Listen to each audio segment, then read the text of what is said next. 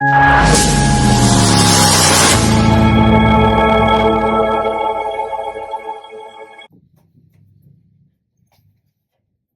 मैंने last class में पढ़ाया था फर्स्ट लॉ ऑफ थर्मोडायनेमिक्स, ठीक है। मैंने पढ़ाया था फर्स्ट लॉ ऑफ थर्मोडायनेमिक्स, यही पढ़ाया था ना। तो मैंने इसमें कुछ बातें आपको बताई थी।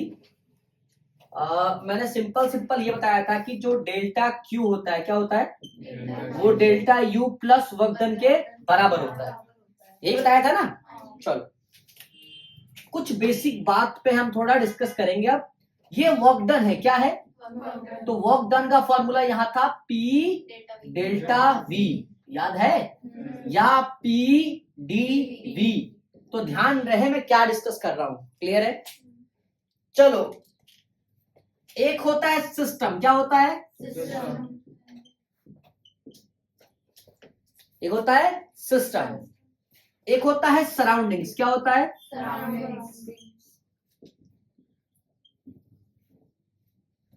ठीक है ना। सिस्टम क्या होता है, जैसे हर किसी का अपना अपना एक, आम भाषा में हम कह देते हैं कि भाई सिस्टम बढ़िया है इसका, नहीं कह देते हो ना कि इसका सिस्टम बढ़िया है। तो सिस्टम क्या बढ़िया है, जैसे किसी के पास किसी के पास अगर बढ़िया गाड़ी है या बढ़िया घर है तो आप कह देते हो कि बढ़िया सिस्टम है, कह देते हो ना। तो सिस्टम जिस पे आप जिस पे काम कर रहे हो, जैसे बॉटल हो जाएगी, है ना। अगर मैं ये बॉटल लेके आ गया, मैंने कहा कि मैं इस पे पानी डाल रहा हूं, तो मेरे लिए क्या हो जाएगा, सिस्टम हो जाएगा, ठीक है। बेटा मैं जो समझाने की कोशिश कर रहा हूं आप वही समझे, ये सिस्टम है, क्या है, सिस्टम है। अरे यार बड़े बेकार बच्चे हो। हाँ तो सिस्टम ये है जिसपे हम परफॉर्म करेंगे, ठीक है। मैंने मान लिया कि ये हमारा सिस्टम है, क्या है हमारा, ये सिस्टम। अब मैंने बताया था कि ये वॉल जो है दो तरीके की होंगी, या तो कंडक्टिंग होंगी या तो इंसुलेटिंग होगी। क्या होगी, मतलब कंडक्टिंग का मतलब अलग होता है, इंसुलेटिंग का मतलब अलग होता है। अब सुनना, तो ये आपका सिस्टम है, क्या है, सिस्टम, और सिस्टम के बाहर क्या है, सराउंडिंग्स। ये सब क्या है, सराउंडिंग्स। जैसे आप एक कप चाय लेके आए, अब चाय लेके आए और आपने यहां रख दिया, तो ठंड के टाइम पे क्या होता है, चाय जल्दी ठंडी हो जाती है और गर्मियों लेट ठंडी होती है, सराउंडिंग की वजह से ही तो एक होता है नॉर्मल कप, एक होता है नॉर्मल कप कि जिससे हीट एक्सचेंज होता है, क्या होता है, क्योंकि बाहर टेम्परेचर कम है ठंड के टाइम पे, और वो जो कप के अंदर चाय है उसका टेम्परेचर ज्यादा है, तो बेसिकली टेम्परेचर डिफरेंस ज्यादा है, क्योंकि वो रूम टेम्परेचर पे शिफ्ट होना चाहेगा ना। अब बात समझ में आ रही है। पर गर्मी में क्या है, बाहर का टेम्परेचर भी ज्यादा है और चाय का भी ज्यादा है, तो टेम्परेचर डिफरेंस कम है। क्लियर बात समझ में आ रही है। तो सराउंडिंग का अपना एक खेल है, क्या है। तो अगर मैंने कहा कि कंडक्टिंग वॉल है, तो इसका मतलब कि सिस्टम से हीट सराउंडिंग में जाएगा भी और सराउंडिंग से सिस्टम से हीट आएगा भी। मतलब ये रिवर्सिबल है या इरिवर्सिबल है, रिवर्सिबल है। भी बात समझ में आई। अच्छा, इंसुलेटिंग का अर्थ क्या है कि भैया एक बार आपने इसे इंसुलेट कर दिया तो ना सिस्टम से हीट सराउंडिंग में जाएगा और ना ही सराउंडिंग से हीट सिस्टम में आएगा। मतलब ये आइसोलेट हो गया। क्या हो गया, आइसोलेट हो गया, है ना। जैसे यहाँ पे हमारे पास दो तरह की बोतलें हैं, जरा वो वाली बोतल दिखाना बेटे, ये वही वाली है ना, असली वाली, नकली वाली है। जैसे ये दो तरह की बोतलें, इसमें अगर आप गर्म पानी रखोगे, ज्यादा गर्म कर दोगे तो इसका जो शेप है वो थोड़ा सा चेंज हो जाएगा, है ना, थोड़ा सा इसका बढ़िया फिगर बन जाएगा। इधर बोतल भी आपत्ति दिया है, तो सीधा बोतल दो। मेरा कहने का मतलब यही बोतल है, ये बोतल है ना प्लास्टिक का है। अगर इसमें गर्म पानी रखते हो तो एक समय बाद क्या होगा, क्योंकि इसके वॉल्स कैसे हैं, कंडक्टिंग है, तो क्या करेगा, इसमें हीट ज्यादा है और फ्रंट में हीट क्या है, कम है, तो क्या करेगा, सराउंडिंग सिस्टम से हीट लेगा। अरे लेगा कि नहीं, लेगा ना। हाँ, राहुल गांधी जी भी यही कह रहे थे कि मान लो ये बहुत अमीर है और ये कोई, हाँ, तो इससे पैसा छीन के उसको दे देंगे। अभी बात समझ में आ रही है? हाँ, बट उसका आधार क्या है वो नहीं पता। बस इधर देखो, ये बात जल्दी समझ में आ जाएगी लोगों को, है ना। तो ये इसका टेम्परेचर ज्यादा है और बाहर टेम्परेचर कम है, तो हीट एक्सचेंज होगा, है ना। ये बीजेपी वाले हैं, ये कह रहे हैं ऐसे कैसे, मैं इंसुलेट कर दूंगा। नहीं समझ ये बात आ रही है? हाँ, ऐसी सोसाइटी बनेगी जहां बाहर बहुत तगड़े लोग होंगे, आप अंदर आ ही नहीं पाओगे, मतलब ना हीट आएगी ना हीट, है ना। तो अगर बाहर टेम्परेचर कम भी है, इसका ज्यादा भी है, तो इससे आपका कोई लेन देना।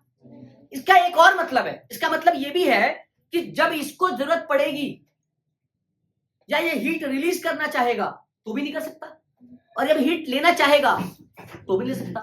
तो हर किसी का अपना एक फायदा और अपना एक लॉस है। क्या ये अपने टेम्परेचर को कांस्टेंट रख पाएगा? हाँ, कुछ टाइम तक। ये 12 घंटा लिखा होता है ना कि है ना। क्या ये वाली बॉटल अपने टेम्परेचर कांस्टेंट रख पाएगी? नहीं। क्यों? यही तो दिक्कत है ना। अरे ऐसा भी तो हो सकता है कि जितना ये हीट ले उतना रिलीज कर दे। Temperature is what, the internal energy per molecule. अगर 10 जूल का हीट इसने लिया तो ये हीट ये अपने इंटरनल एनर्जी को इंक्रीज कर ही नहीं रहा। 10 इसने लिया, 10 इसने वापस दे दिया। यहां से 10 लिया और यहां से 10 इसने, तो जितना हीट ले रहा है उतना हीट दे रहा है सिस्टम को। सराउंडिंग से जितना हीट ले रहा है सिस्टम, उतना ही क्या कर रहा है वो, सराउंडिंग को दे रहा है। तो इसका इंटरनल एनर्जी तो रेज हो ही नहीं रहा। तो जब चेंज इन इंटरनल एनर्जी है ही नहीं, जितना पहले था उतना ही अब भी है, तो टेम्परेचर बढ़ा घटा, जितना था उतना ही रहा। तो इसके लिए जरूरी थोड़ा ना कंडक्टिंग में ही होगा और इंसुलेटिंग में नहीं होगा, या इंसुलेटिंग में होगा इसमें नहीं होगा। बात समझ में आ रही है? एक मैंने अच्छी बात कही कि इसके अंदर आपका अगर गर्म है तो गर्म रहेगा, ठंडा है तो इसका जो इंटरनल एनर्जी है वो जिस लेवल पर उस लेवल पे ही है या नहीं है। तो वही कहने का अर्थ है कि मुझे पहली चीज समझानी चाहिए आप लोगों को। मैं कोशिश कर रहा हूं जितना समझा पाऊं। तो सिस्टम से हीट देना भी और हीट है ना, तो कंडक्टिंग मदद करेगा हीट देने में भी हीट, लेकिन इंसुलेटिंग क्या कहेगा, जब अगर इंसुलेट कर दोगे तो क्या कहेगा ना मैं हीट लूंगा ना मैं हीट, मतलब मैं आइसोलेट हो गया हूं। क्या हो गया हूं? अब मैंने आपको लास्ट क्लास में कुछ चीजें बताई थी, अगर आपको याद हो, मैंने कहा था कि इस तरह से एक सिस्टम है, याद है, जिसके अंदर मैंने गैस का मॉलिक्यूल रखा था, क्लियर है। और इस गैस के मॉलिक्यूल रखने के बाद मैंने यहाँ एक पिस्टन लगाया था। क्या लगाया था, याद है बच्चों? फिर क्या किया था, मैंने इसको हीट की सप्लाई की थी। तो क्या हुआ था, हीट जब मिला इसको तो सबसे पहले क्या किया था इसने, अपना इंटरनल एनर्जी चेंज किया था। क्या किया था, रेज इन इंटरनल एनर्जी। जब टेम्परेचर इंक्रीज हुआ तो पहले इसका जो प्रेशर था वो एटमॉस्फेरिक प्रेशर था, और यहां से अगर ये रेस्ट पे है, मतलब कि ऊपर से लगने वाला प्रेशर इज इक्वल टू नीचे से लगने वाला प्रेशर। भाई अगर कोई चीज रेस्ट पे है तो ऊपर से लगने वाला प्रेशर इज इक्वल टू, अगर कोई ऊपर मूव कर रहा है इसका मतलब कि नीचे वाला बढ़ गया। अब ऊपर और नीचे मूव कर रहा है तो ऊपर वाला बढ़ गया। अरे यही मतलब है ना, आसान भाषा में समझे तो आसान भाषा में ये कहूंगा कि जब हीट सप्लाई हुआ तो इंटरनल एनर्जी बढ़ गई, जिसकी वजह से प्रेशर बढ़ गया। प्रेशर के बढ़ने से नहीं, इंटरनल एनर्जी बढ़ने से टेम्परेचर बढ़ा। पहले कौन बढ़ा, टेम्परेचर के बढ़ने से क्या बढ़ा, प्रेशर। और प्रेशर के बढ़ने से ये पिस्टन यहां से यहां आ गया, और क्या हुआ, वॉल्यूम बढ़ गया, गैस का मॉलिक्यूल और ऊपर आ गया, बोलो है ना। तो यही तो वर्क डन हुआ था। तो इस थ्रू मैंने पढ़ाया delta Q equals delta U plus work, clear है। अब एक ऐसा सिस्टम जो ये कह रहा है कि भाई आप कुछ भी करो, हीट लो, हीट दो, पर मेरा टेम्परेचर चेंज नहीं होना चाहिए। क्या चेंज होना चाहिए? एक बंदा आके कह रहा है कि तुम्हें जो करना है करो, लेकिन मेरे अगर टेम्परेचर में चेंज आया तो बहुत मारूंगा। मेरा टेम्परेचर जैसे था वैसे यही रहे। मेरा टेम्परेचर क्या नहीं होना चाहिए? चेंज नहीं होना चाहिए। मेरा टेम्परेचर चेंज नहीं होना चाहिए, इट मींस टेम्परेचर क्या होना चाहिए? टेम्परेचर क्या होना चाहिए? कांस्टेंट। इसका कोई एग्जांपल दोगे आप में से किसी को पता है इसका एग्जांपल? इसका एग्जांपल कोई देगा? भैया ऐसा सिस्टम जो टेम्परेचर कांस्टेंट रखता हो, जिसका एग्जांपल पता हो किसी बच्चे को? आपके घरों में है, आप यूज कर रहे हो, और आज से नहीं बहुत पहले से यूज कर रहे हो। रेफ्रिजरेटर नहीं, आप उसमें हाई लो करते हो ना, कि मीडियम कर दिया, लो कर दिया, हाई कर दिया, तो टेम्परेचर तो कांस्टेंट है। अब वो उसका मैकेनिज्म क्या है, वो कैसे काम करता है, वो एक अलग बात है। बट रेफ्रिजरेटर के पीछे आपको एक जाली लगी मिलती है। कहते हैं ना कि दीवार से थोड़ा सा गैप होना चाहिए। आप उसमें एक बार जाके बहुत बढ़िया हाथ देना तो आपको मजा ही आ जाएगा। ठंड में मत देना, गर्मी में देना। बाहर की तरफ क्या होता है, गर्म हवा निकलता है, निकलता है ना। तो क्या है इसका मतलब? इसका मतलब क्या है? कांस्टेंट है। तो ऐसा सिस्टम जिसका टेम्परेचर कांस्टेंट होता है उसे कहते हैं हम आइसोथर्मल। आइसोथर्मल। और एक नहीं, ऐसा एक हीट पंप भी होता है। ऐसे कई एग्जांपल है। एक हीट पंप भी आता है जो आइसोथर्मल का एग्जांपल है। क्या है? हाँ, बेसिकली मुझे सिर्फ आइसोथर्मल को प्रूफ नहीं करना। आइसोथर्मल को प्रूफ करने से अच्छा है मैं थोड़ा सा एक्सप्लेन कर दूं। क्लियर है? अब आइसोथर्मल की ये कंडीशन आपको मालूम चल गई। आपने रेफ्रिजरेटर एग्जांपल देख लिया है कि भैया रेफ्रिजरेटर क्या है, इसका है एक एग्जांपल। ठीक, अब आप इसमें अप्लाई करो इसी चीज को। तो ये तो चेंज इन हीट है, ये हो ना हो मुझे से कोई लेना नहीं है। आप इन तीनों में पकड़ो किसको? डेल्टा यू को। किसको पकड़ोगे? डेल्टा यू को। क्यों? क्योंकि आप कह रहे हो क्या कांस्टेंट होना चाहिए? टेम्परेचर। तो टेम्परेचर कांस्टेंट होना चाहिए, so there is no change in internal energy. मतलब कि डेल्टा यू जो है वो 0 होना चाहिए। नहीं आया, क्योंकि delta U is what? u2 minus u1 equals to 0। तभी तो ये u2 इक्वल्स टू u1 होगा। हाँ ये ना। तो अगर मैं इस फॉर्मूले से देखूं तो जो डेल्टा क्यू है that is equals to work done. अगर मैं आइसोथर्मल में बात करूं तो delta Q equals to work done. नहीं होता है, नहीं होता। अब अगर मैं अब ये क्यू में भी फॉर्मूला होता है ms डेल्टा टी, याद आ रहा है? Yes, sir. हाँ या ना? बट हमसे हीट तो बोला नहीं है, हमसे बोला है वर्क डन निकालना है। क्या निकालना है? क्लियर है? और वर्क डन मैंने बताया था क्या होता है, पी डेल्टा वी या पी डीवी। तो अगर मुझे क्यू निकालना है कि कितना चेंज हो रहा है हीट, मतलब कितना सिस्टम से ले रहा है और कितना वापस सिस्टम को दे रहा है। नहीं समझ बात? एक प्रोसेस तो यही करना पड़ेगा और कोई ऑप्शन तो बचता नहीं है। तो आइसोथर्मल समझ में आ गई? हाँ या ना? अब इसमें हम वर्क निकालेंगे, कोई दिक्कत की बात नहीं है, समस्या नहीं। इधर आओ। अब आइसोथर्मल की बात अपन कर चुके हैं, है ना? अब बात करते हैं, ये याद रखेंगे, ठीक है? मैं वर्क निकालूंगा, टेंशन की बात नहीं है। अब मैंने कहा कि भाई टेम्परेचर तो कांस्टेंट चाहिए था। अब मैं कह रहा हूं कि वॉल्यूम कांस्टेंट चाहिए। क्या चाहिए? वॉल्यूम कांस्टेंट चाहिए। तो अगर मुझे वॉल्यूम कांस्टेंट चाहिए तो इन तीनों में किसको पकड़ोगे? इसको, इसको या इसको? क्योंकि यही तो पी डेल्टा वी है। और अगर वॉल्यूम कांस्टेंट है तो डेल्टा वी जो है वो 0 हो जाएगा। डेल्टा वी 0 तो v2 इक्वल्स टू v1। हाँ या ना? तो for volume constant this is called isochoric process. बिल्कुल ध्यान रहेगा। सो क्या आ जाएगा, delta Q equals to delta U, work क्या हो जाएगा, 0। इसका अर्थ आपको समझ में आ रहा है? इसका अर्थ है कि अगर आप इसमें हीट दोगे तो सारा हीट किसमें यूज होगा, उसके इंटरनल एनर्जी को इंक्रीज करने में। So in this condition temperature will increase और raise the temperature of the system. Clear है? क्लियर है? चलो बेटे, बहुत जो कोशिश हो पा रही है मेरे से, मैं पूरी कोशिश कर रहा हूं ताकि आपको बेहतरीन समझाया जा सके। अगर यहां तक हो गया हो तो मैं थोड़ा सा और आगे चलूंगा। अगला है, अब प्रेशर टेम्परेचर क्वेश्चन हो चुका है, अब किसकी बारी है? देखो टेम्परेचर भी हो गया है, वॉल्यूम भी, अब बचा कौन है? Pressure constant.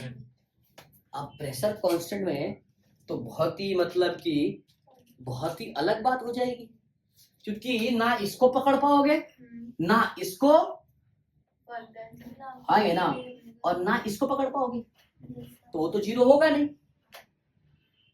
अरे वो तो जीरो होगा नहीं, क्यों? क्योंकि प्रेशर कांस्टेंट है ना, तो प्रेशर के कांस्टेंट से वर्क जीरो थोड़ी हो जाएगा। समझ आई बात? तो आइस प्रेशर कांस्टेंट के बाद इसको लिखते हैं हम आइसोबैरिक प्रोसेस। और ये एक ऐसा प्रोसेस है इकलौता जहां पे बिल्कुल फर्स्ट लॉ ऑफ थर्मोडायनेमिक्स का पूरा फॉर्मूला आप यूज करो। क्लियर है? आ रही बात समझ में? आप इसको इधर ले आओगे तो क्या, delta Q minus delta U equals to work done. कैसा होता है वर्क? क्या होता है? पी डेल्टा वी, हाँ या ना, होता है ना। तो अगर मैं यहां लिख दूं कि P delta V equals to delta Q minus delta U, अगर मैं सिर्फ प्रेशर निकालूं तो delta Q minus delta U by delta V, क्या ये प्रेशर आ जाएगा? और ये कांस्टेंट होना चाहिए। क्या होना चाहिए? कांस्टेंट। तो कांस्टेंट कब होगा? जब इन दोनों का समेसिव is equal to the this, तो the ratio of change in heat minus change in internal energy is equal to the change in volume। नहीं बात समझ में आई? तो प्रेशर क्या होगा? हमेशा कांस्टेंट होगा। This is called isobaric process. Clear है? अब ऐसा होता है कि नहीं, वो बात की बात है। मैं तो प्योर मैथमेटिक्स पे हूं अभी। किस पे हूं? कि मैथमेटिक्स में ऐसा होगा कि नहीं होगा। क्लियर है? मुझे कोई रॉकेट साइंस जानने की आवश्यकता नहीं है, मुझे बस ये जानना है कि भैया कंडीशन क्या क्या है। क्लियर है? मैं सिर्फ वर्क डन करने नहीं आया हूं, क्योंकि मुझे पता है मेरे नीट के बच्चे बैठे हैं, जेई के बच्चे बैठे हैं, सीबीएसई के बच्चे बैठे हैं, उन सबने पढ़ना है। तो मैं जब भी वीडियोस बनाता हूं या आपके सामने लाइव क्लास रिकॉर्ड करता हूं तो मेरी कोशिश ये होती है कि मैं जितना ज्यादा कॉन्सेप्ट बात कर सकूं। क्लियर हो रहा है? अरे भाई हो रहा है? चलो आगे। अब कौन सा बचा? एडियाबेटिक। अब एडियाबेटिक में क्या होता है? क्या लगता है आप लोगों को क्या होगा? हीट कांस्टेंट कि हीट ट्रांसफर कांस्टेंट कि चेंज इन हीट कांस्टेंट?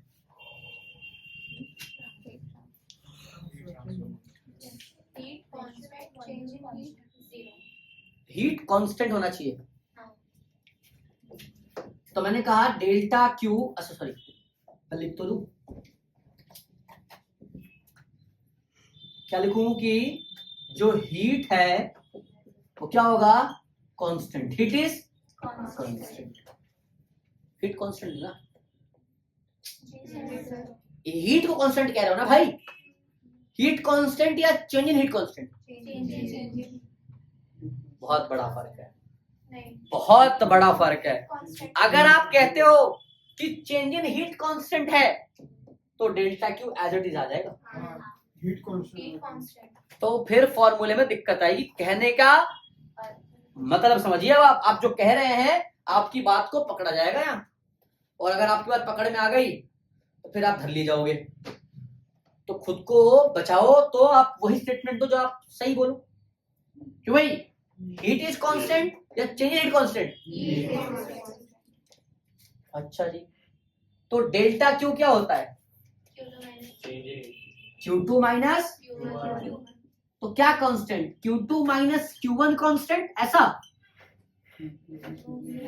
हाँ,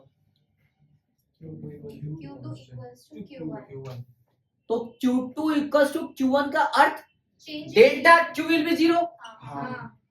अरे बच्चों हाँ ना बोलो भाई, तभी तो Q2 माइनस Q1 में इधर आएगा और Q2 equals to Q1, so you have to delta Q equals to 0 बोलना पड़ेगा ना मेरे भाई।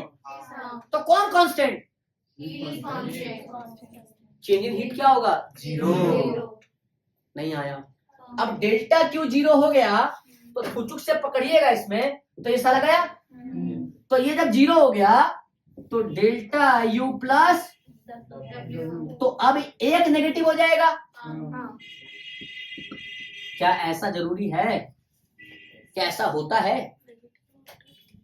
ऐसा होता है क्या? वर्क डन नेगेटिव होगा? वर्क डन नेगेटिव होगा तो क्या इसे एडियाबेटिक कहते हैं? क्या कहते हैं इसे? Adiabatic process.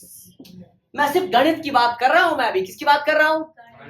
क्या होता है क्या नहीं होता है मैं ये डिस्कस नहीं कर रहा हूं। फिर से बता दूं मैं एक बार, मैं कह रहा हूं कि जो आप कह रहे हो उस बात को अगर मैथमेटिकली प्रूफ किया जाए तो क्या ऐसी चीजें बात करेंगे? तो ये तो इंपॉर्टेंट है। क्या कह रहे हो यार, है ना? तो क्या आपका जो चेंज इन एनर्जी है ये माइनस वर्क के बराबर है? माइनस वर्क का मतलब क्या हुआ? नेगेटिव वर्क का मतलब क्या हुआ? कि अगर इंटरनल एनर्जी रेस किया तो वर्क डन घटेगा। उस पे वो बताया जाएगा कि सिस्टम पर वर्क हो रहा है, फिर सिस्टम सिस्टम के से वर्क हो रहा है। Good good good. तो हम एडियाबेटिक की चर्चा करेंगे, सबकी करेंगे। अभी हम फिलहाल कहां चल रहे हैं? आइसोथर्मल में वर्क डन निकालने चल रहे हैं। क्लियर है? उससे पहले कुछ और बेसिक बातें मैं आपसे करूंगा, तो इन सब पे चर्चा करेंगे। हालांकि कोई रफ्तार बढ़ाने की आवश्यकता कोई खासियत नहीं, ज्यादा है नहीं, अभी थोड़ा आराम से हम ले सकते हैं। देखो ध्यान से एक बात,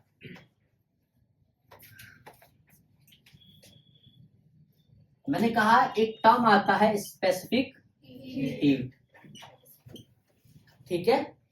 इस स्पेसिफिक हीट को आप एस से डिनोट करते हो। फॉर्मूला होता है क्यू एम डेल्टा टी। कोई दिक्कत तो नहीं है? यही स्पेसिफिक हीट आगे हो जाता है मोलर स्पेसिफिक हीट।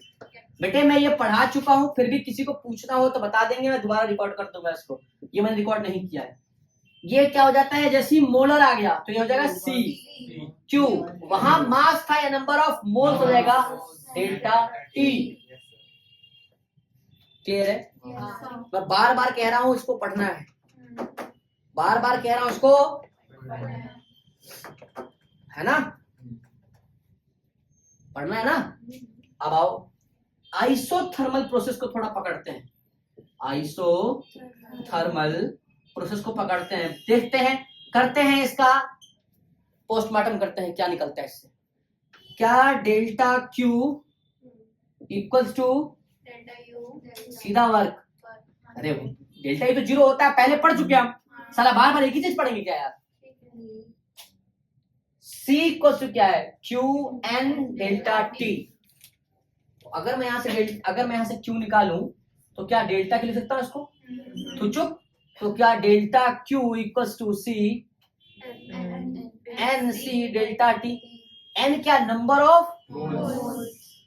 तो क्या मैं लिख सकता हूं यहाँ पे N C delta T equals to work done. क्या मैं इसको इस तरह से भी रिप्रेजेंट कर सकता हूं? एन क्या है? नंबर ऑफ, सी क्या है? मोलर स्पेसिफिक हीट, और डेल्टा टी क्या है? बट ये तो आइसोथर्मल है। जब टेम्परेचर कांस्टेंट होगा तो डेल्टा टी 0 हो जाएगा, होगा नहीं होगा? बताऊंगा ये भी करेंगे काम। इक्वेशन कैसे भी बनाया जा सकता है, सवाल पूछने का तरीका अलग अलग होगा। क्लियर है? तो घबराएं बिल्कुल भी नहीं। मैं ये भी आराम से पढ़ा दूंगा, तुम कहोगे तो वापस रिकॉर्ड कर दूंगा। Cp minus Cv equals to R होता है, Cp by Cv equals to gamma होता है, करेंगे चर्चा भी। वर्क डन होता है P डेल्टा V, तो dW होता है P dV। यहां तक किसको दिक्कत? तो ये तो हम जान रहे हैं फर्स्ट लॉ ऑफ थर्मोडायनेमिक्स, है ना। फिर यहाँ एक इक्वेशन इस्तेमाल किया जाता है, this is called ideal gas equation. Ideal gas P V equals to nRT। बेटे ये भी कहां से आया है, इसका भी एक्सप्लेनेशन है, एक्सप्लेन कर सकता हूं, बता सकता हूं। इसके लिए भी एक लेक्चर करेंगे, रिकॉर्ड बताएंगे, ठीक है।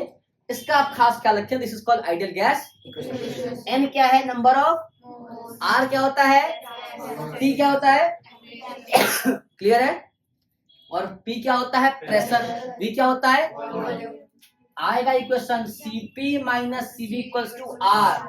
ये भी आएगा, ये भी गैस कांस्टेंट ही होता है। तो क्या है, molar specific heat at constant pressure minus molar specific heat at constant volume equals to R। ये भी चर्चा करेंगे अपन। तो PV इक्वल्स टू nRT है, इधर देखो P dV है, क्या है ना। तो अगर मैं यहाँ dV करूं, वॉल्यूम को चेंज करूं, तो n कांस्टेंट है, नंबर ऑफ मोल। अगर मैं आइडियली लूं तो क्या n1 हो जाएगा हमारा, ले लिया। R एज इट इज, अब कौन चेंज होगा, तो dt, तो dV है ये। अगर मुझे सिर्फ dV निकालना हो तो P नीचे, तो R बाई P dt, क्या ये dV हो जाएगा, हाँ या ना। हाँ जी सर। ऐसा हो सकता है। अब ऐसा हो सकता है, वैसा हो सकता है, मैं ये कर सकता हूं, मैं वो कर सकता हूं, आप सब कर सकते हो। सवाल यह है कि निकालना क्या है। बेटे मैं अभी कुछ सॉल्व नहीं कर रहा, बस मैं बताने की कोशिश कर रहा हूं। क्या ऐसा कर सकते हो आप? ऐसे करेंगे तो चेंज इन टेम्परेचर नहीं आ रहा वहाँ पे। वही मैं समझाने की कोशिश कर रहा हूँ कि ऐसे करोगे तो क्या हो जाएगा। बस क्या करना चाहिए, क्या सोच होनी चाहिए हमारी, क्योंकि यहाँ PdV है कि नहीं यार। तो अगर मैं यहाँ इंटीग्रेट करूं तो चेंज किस में हो रहा है, वॉल्यूम में। भाई प्रेशर तो क्या है, नॉर्मल है ना। तो जो चाहिए हमको वो निकालना है, क्या चाहिए। यहाँ कई बच्चे सोचते हैं कि डीवी निकालना है और ये गलती करते हैं, परंतु ऐसा नहीं करना। निकालना क्या है, हाँ क्या निकालना है। इसका एक और ट्रिक बताता हूं आपको। यहां से प्रेशर निकालना है, क्या निकालना है, और इस प्रेशर की वैल्यू यहां आपको पुट करना है। एक और तरीका, ये डीवी ऊपर है ना, तो आपको नीचे भी वॉल्यूम ही चाहिए, याद रखना। तो आप इक्वेशन हमेशा ऐसा निकालोगे, नीचे क्या चाहिए, वी चाहिए। एक ट्रिक ये भी है, क्लियर है। तो यहां से क्या आ जाएगा बताओ, N R T by V, लेकिन एन तो मैंने ले लिया है, तो क्या हो जाएगा आर टी बाई वी। अब इसको उठा के तुझे यहाँ डाल दोगे, तो ये हो जाएगा डी डब्ल्यू, पी के बदले क्या आएगा बताओ, आर टी। अब ये डीवी बाई वी, कोई दिक्कत। अब इंटीग्रेट यहां भी करोगे इंटीग्रेट, तो वॉल्यूम कहां से कहां, V1 से आर और टी कांस्टेंट है, बाहर खींच ले चुक से, तो आ जाएगा डीडब्ल्यू क्या हो जाता है, वर्क, आर बाहर टी बाहर। अब डीवी बाई वी का आपको इंटीग्रेशन सिखाया गया होगा, dx by x log base e. अरे बोलो आने यार, x आता है ऐसा। अगर लिमिट मान लो यहां दिया है क्या, x1 से x2, तो ये x2 माइनस लॉग ई x1, या इसी का log E x2 by x1, ऐसा हो सकता है ना। जिसको लॉग नहीं आता वो लॉग सीखे पहले, इधर क्लियर है।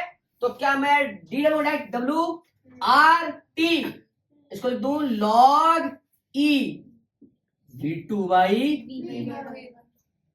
राइट आ गया। अब log E को मैं कन्वर्ट करूं log 10 में तो 2.303 कुछ RT नहीं log 10 V2 बाई V1 आ जाएगा। This is the formula of work done. In terms of volume निकालना है। क्या निकालना है? तो ये अरे हाँ या ना।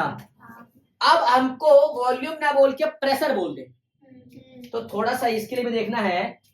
पीवी इक्वल्स टू एनआरटी होता है, आर कांस्टेंट है, टी कांस्टेंट है।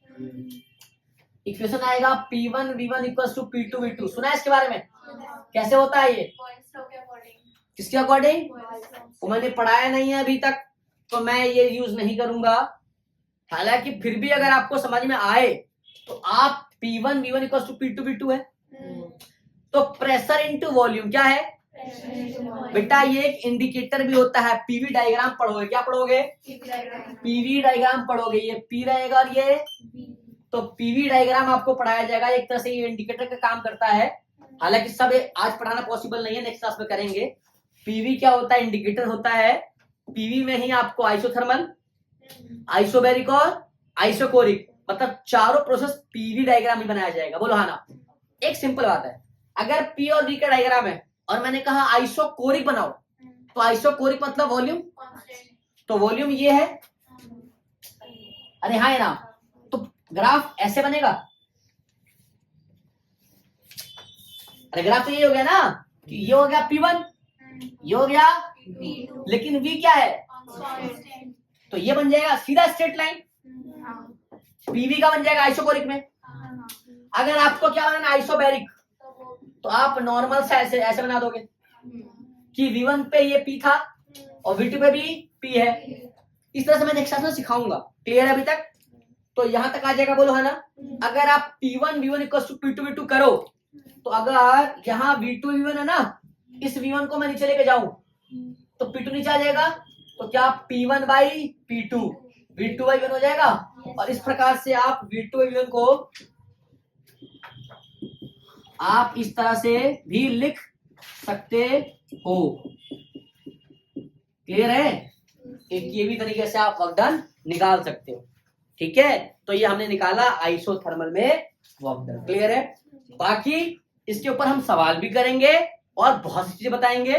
नेक्स्ट क्लास में अपन एडियाबेटिक क्या होता है और फिर हम पीवी डायग्राम क्या होगा हम सब डिस्कस करेंगे। क्लियर है? आज के लिए इतना ही था। थैंक यू सो मच बच्चों।